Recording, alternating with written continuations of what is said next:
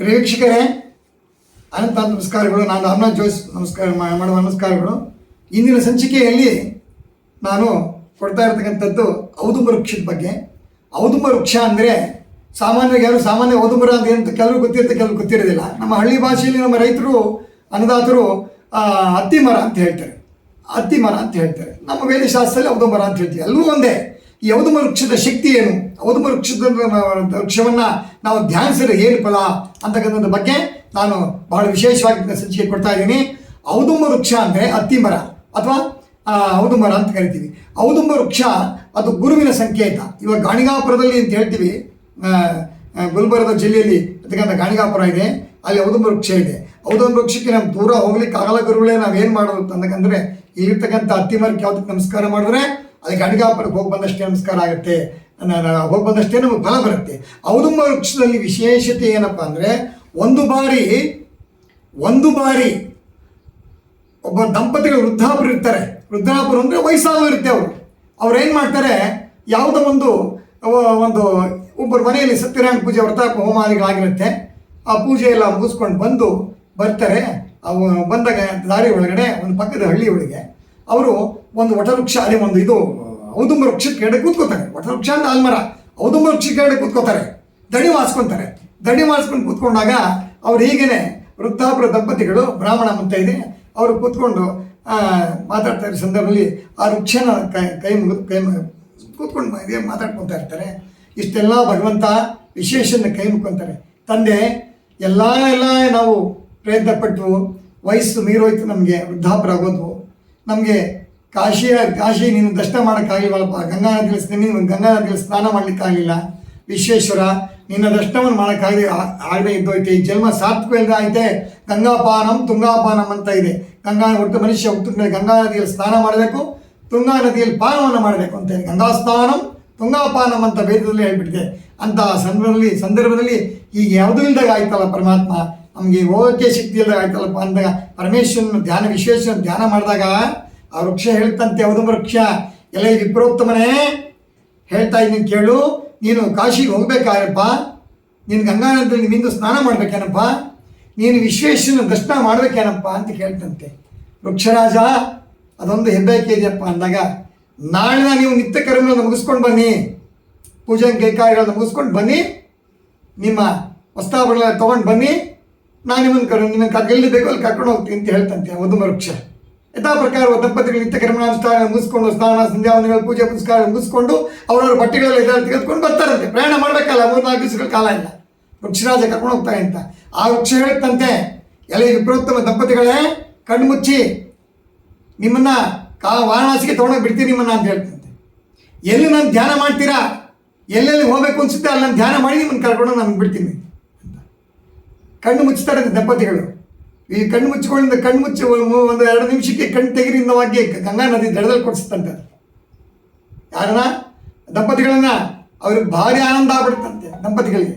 ಗಂಗಾ ನದಿಯಲ್ಲಿ ಸ್ನಾನ ಮಾಡಿ ಅಲ್ಲಿ ಯಾರು ಗಂಗೆ ಪೂಜೆ ಮಾಡಿಸ್ತಾ ಇರ್ತಾರಂತೆ ಬ್ರಾಹ್ಮಣ ದಂಪತಿಗಳಿಗೆ. ಇವ್ರನ್ನೂ ಕರೆದು ಗಂಗಾ ಪೂಜೆ ಗಂಗಾರತಿಯನ್ನು ಮಾಡಿ ಕಾಶಿಪಟ್ಟಣದಲ್ಲಿ ವಿಶ್ವೇಶ್ವರನ ಕಾಶಿ ವಿಶಾಲಾಕ್ಷಿ ಅನ್ನಪೂರ್ಣೇಶ್ವರಿ ವಿಶ್ವೇಶ್ವರನ ಧ್ಯಾನ ಮಾಡಿ ಕಾಶಿಯಲ್ಲಿ ಅನ್ನಚಿತ್ತಲ್ಲಿ ತೀರ್ಥ ಪ್ರಸಾದವನ್ನು ಊಟ ಮಾಡಿ ತದನಂತರವಾಗಿ ಅದು ಹೇಳ್ತಂತೆ ವೃಕ್ಷನ್ ಕೇಳ್ತಾರಂತೆ ಅಯೋಧ್ಯ ಹೋಗಬೇಕು ಅಂತ, ಅಯೋಧ್ಯೆ ಕರ್ಕೊಂಡು ಹೋಗ್ತಂತೆ. ಮಧುರಾಕ್ಕೆ ಹೋಗ್ಬೇಕು, ಮಧುರಾಕ್ಕೆ ಕೇಶುಪ್ರಯಾಗ, ರುದ್ರಪ್ರಯಾಗ, ಹರಿದ್ವಾರ, ಋಷಿಕೇಶ, ಅಂಗ, ಕಳಿಂಗ, ಕೋಸಲ, ಕಂಕಣ, ಚಪ್ಪಂದ ರಾಜ್ಯಗಳು ಯಾವ್ಯಾವ ಪುಣ್ಯ ಕ್ಷೇತ್ರ ಉತ್ತರ ಭಾರತದಲ್ಲಿದೆ ಎಲ್ಲ ಕ್ಷೇತ್ರಗಳನ್ನ ಕರ್ಕೊಂಡು ಹೋಗುತ್ತಂತ ಹೇಳ್ತಂತೆ.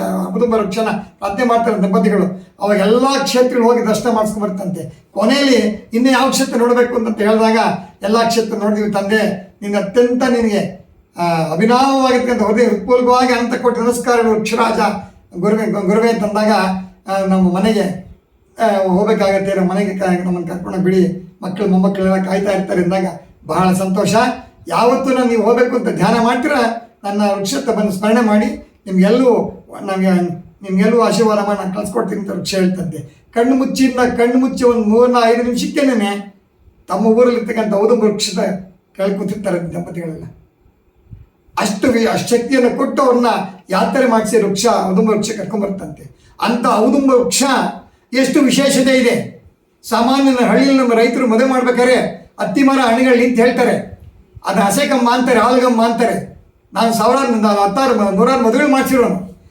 ನಾನು ಸಾಮಾನ್ಯವಾಗಿ ಆ ವೃಕ್ಷಕ್ಕೆ ಫಸ್ಟು ಆಲ್ಗಮಕ್ಕೆ ಹುಡುಗ ಮಾಂಗಲ್ಯಣ ಆದ ನಂತರ ಮೊದಲನೇ ಹುಡುಗಿ ತಂದೆ ತಾಯಿ ಆಗ್ಬೋದು, ಹುಡುಗನ ತಂದೆ ತಾಯಿ ಆಗಿರ್ಬೋದು, ಯಾರಾಗಿರ್ಬೋದು, ಆ ಔದು ವೃಕ್ಷಕ್ಕೆ ಮೊದಲು ಹಸೆಕಂಬಕ್ಕೆ ಹಾಲ್ಗಂಬಕ್ಕೆ ಹಾಲನ್ನು ಹಾಕಿ ದಾರಿಯನ್ನು ಹೆರಬೇಕು ಅಂತ ಪ್ರತೀತಿ ಇದೆ. ಹಾಗಾಗಿ ಆ ಔದು ವೃಕ್ಷವನ್ನು ಯಾರು ಶ್ರದ್ಧಾಭಕ್ತಿಯಿಂದ ಪೂಜೆ ಮಾಡ್ತಾರೆ, ಮಕ್ಕಳಿಗೆ ಎಲ್ರಿಗೂ ಬರೀ ಕ್ಷೇತ್ರ ತೋರಿಸೋದು ಒಂದೇ ಅಲ್ಲ, ಗುರುದೋಷ ನಿವಾರಣೆ ಆಗುತ್ತೆ. ಯಾರು ಮಕ್ಕಳು ವಿದ್ಯೆ ಕಲಿಯೋದಿಲ್ಲ, ಸರಿಯಾಗಿ ಓದೋದಿಲ್ಲ, ಅವರಿಗೆ ಒಳ್ಳೆಯ ವಿದ್ಯೆ ಸಂಪೂರ್ಣ ಪರಿಹಾರ ಬರುತ್ತೆ. ಒಂದು ಅಮಾವಾಸ್ಯೆ ಮುಂದಿನ 10 ದಿನಗಳಲ್ಲಿ ಪುಷ್ಯ ನಕ್ಷತ್ರ ಇದ್ದಾಗ ಒಂದು ಔದು ವೃಕ್ಷದ ಕೆಳಗಡೆ ಕೂಡಿಸಿ ಮಕ್ಕಳನ್ನು ಇದು ಸಜ್ಜಿಗೆ ಪ್ರಸಾದವನ್ನು ಗೋಧೂಳಿನಲ್ಲಿ ಪೂಜೆ ಮಾಡಿಸಿದ್ರೆ ಮಕ್ಕಳಿಗೆ 4 ಹಣತೆ ದೀಪ ಹಚ್ಚಿ ಮಕ್ಕಳು ಎಂಥ ದಡ್ಡರಾಗಿದ್ರು ಕೂಡ ಒಳ್ಳೆಯ ಯಶಸ್ಸಾಗಿ ಅಭಿವೃದ್ಧಿ ಹೊಂದುತ್ತಾರೆ ಎಂಬುದರಲ್ಲಿ ಪುರಾಣದಲ್ಲಿದೆ. ಹಾಗಾಗಿ ಔದುಂಬ ವೃಕ್ಷದ ವಿಶೇಷತೆ ಇದೆ.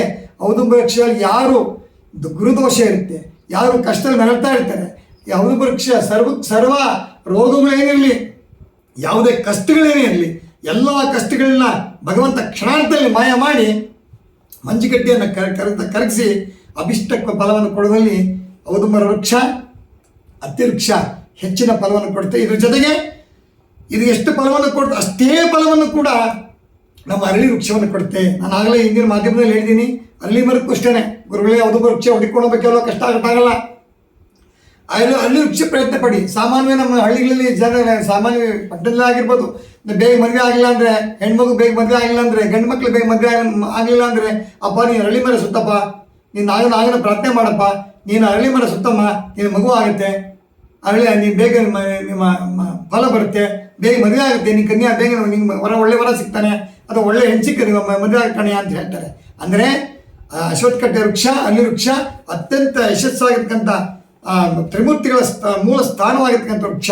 ಹಾಗಾಗಿ ನಾವು ಅರಳಿ ವೃಕ್ಷವನ್ನಾಗಲಿ, ಔದುಂಬ ವೃಕ್ಷದ ವಿಶೇಷತೆ ಶಕ್ತಿ. ಒಬ್ಬ ವೃದ್ಧಾಪುರ ದಂಪತಿಗಳಿಗೆ ಪರಮಾತ್ಮನು ಕ್ಷೇತ್ರ ಪರಿಚಯ ಮಾಡಿಸಿ ಕ್ಷೇತ್ರಕ್ಕೆ ಕರ್ಕೊಂಡ್ಬಂದು ಆ ಫಲವನ್ನು ಕೊಡ್ತಾರಲ್ಲ, ಆ ಔದುಂಬ ವೃಕ್ಷಕ್ಕೆ ಅಂತ ವಿಶೇಷವಾಗಿರ್ತಕ್ಕಂಥ ಶಕ್ತಿ. ಪ್ರಿಯ ವೀಕ್ಷಕರೇ, ನೀವು ಅಷ್ಟೇ ಮತ್ತೊಮ್ಮೆ ಎಲ್ಲಾದರೂ ನಿಮ್ಮೂರಲ್ಲಿ ನಿಮ್ಮ ಭೂಮಿಯಲ್ಲಿ ಎಲ್ಲಾದರೂ ಒಂದು ಔದುಂಬ ವೃಕ್ಷದ ಸೊಸಿ ನೆಡಿ, ಔದುಂಬ ವೃಕ್ಷವನ್ನು ಚೆನ್ನಾಗಿ ಬೆಳೆಸಿ, ಔದುಂಬ ವೃಕ್ಷದ ಹಣ್ಣುಗಳನ್ನ ಪಕ್ಷಿಗಳು ತಿಂದರೆ ಅನೇಕ ಪಕ್ಷಿಗಳು ತಿಂದು ಹಣ್ಣನ್ನು ತಿಂದು ಜೀರ್ಣಿಸ್ಕೊಳುತ್ತೆ, ಆ ಫಲ ಪರಿಪೂರ್ಣ ಬರುತ್ತೆ. ಗುರುವಿನ ಸಂಕೇತ ಔದುಂಬ ವೃಕ್ಷದ ಎಲೆಯನ್ನಾಗಲಿ ಜೋಬಲ್ಲಿ ಇಟ್ಕೊಳ್ಳಿ, ಒಂದು ಪರ್ಸಲ್ಲಿ ಇಟ್ಕೊಳ್ಳಿ, ಯಾವಾಗಲೂ ಗುರುಗಳ ಆಶೀರ್ವಾದ ಇರುತ್ತೆ. ಅರಳಿ ಎಲೆನ ಇಟ್ಕೊಳ್ಳಿ, ಯಾವಾಗಲೂ ಗುರುಗಳ ಆಶೀರ್ವಾದ ಇರುತ್ತೆ. ಈ ಔದುಂಬ ವೃಕ್ಷದ ಅಥವಾ ಅರಳಿ ವೃಕ್ಷದ ವಿಶೇಷತೆ ಶಕ್ತಿ ಇದು ಕೆಲವು ಜನರಿಗೆ ಗೊತ್ತಿಲ್ಲ. ಹಾಗಾಗಿ ಇದನ್ನು ಇವತ್ತಿಂದನೇ ಮಾಡಿ, ಅಥವಾ ಎಲ್ಲಾದರೂ ಒಂದು ಔದುಂಬ ವೃಕ್ಷ ಇತ್ತು ಅಂದರೆ ಬರೀ ಈ ಕ್ಷೇತ್ರಕ್ಕೆ ನಾವು ಹೋದರೆ ಫಲ ಬಂತು ಅನ್ನೋದಲ್ಲ. ಅವಾಗ ಒಂದು ಗುರುವಾರ ಅತ್ತಿ ಮರಕ್ಕೆ ನಮಸ್ಕಾರ ಮಾಡ್ತಾ ಇದ್ದಾರೆ, ಎಲ್ಲವೂ ನಿಮಗೆ ಗುರುದೋಷ ನಿವಾರಣೆ ಆಗುತ್ತೆ, ಆರೋಗ್ಯ ಭಾಗ್ಯ ಸಿಗುತ್ತೆ, ನನಗೆ ವಸ್ತುವಾಹನ ಐಶ್ವರ್ಯ ಪ್ರಾಪ್ತಿ ಆಗುತ್ತೆ. ನೀವು ಈ ಒಂದು ನಾನು ಮಾಧ್ಯಮದಲ್ಲಿ ಹೇಳಿದಂಥ ಈ ಪ್ರಕಾರವನ್ನು ನೀವು ಮಾಡಿ ಅದರ ಫಲಾನುಫಲಗಳನ್ನು ನಮ್ಮ ಮಾತೃಧ್ವನಿ ಯೂಟ್ಯೂಬ್ ಚಾನಲ್ಗೆ ಇದರ ವಿವರಣೆ ತಿಳಿಸಿ. ಈ ಒಂದು ನನ್ನ ಈ ಒಂದು ಕಾರ್ಯಕ್ರಮ ಇಷ್ಟವಾಗಿದ್ದರೆ ಸಬ್ಸ್ಕ್ರೈಬ್ ಮಾಡಿ, ಶೇರ್ ಮಾಡಿ, ಲೈಕ್ ಮಾಡಿ, ಇದಕ್ಕೊಂದು ಲಿಂಕ್ ಕೊಡಿ. ತುಂಬ ಧನ್ಯವಾದಗಳು. ನಮಸ್ಕಾರ.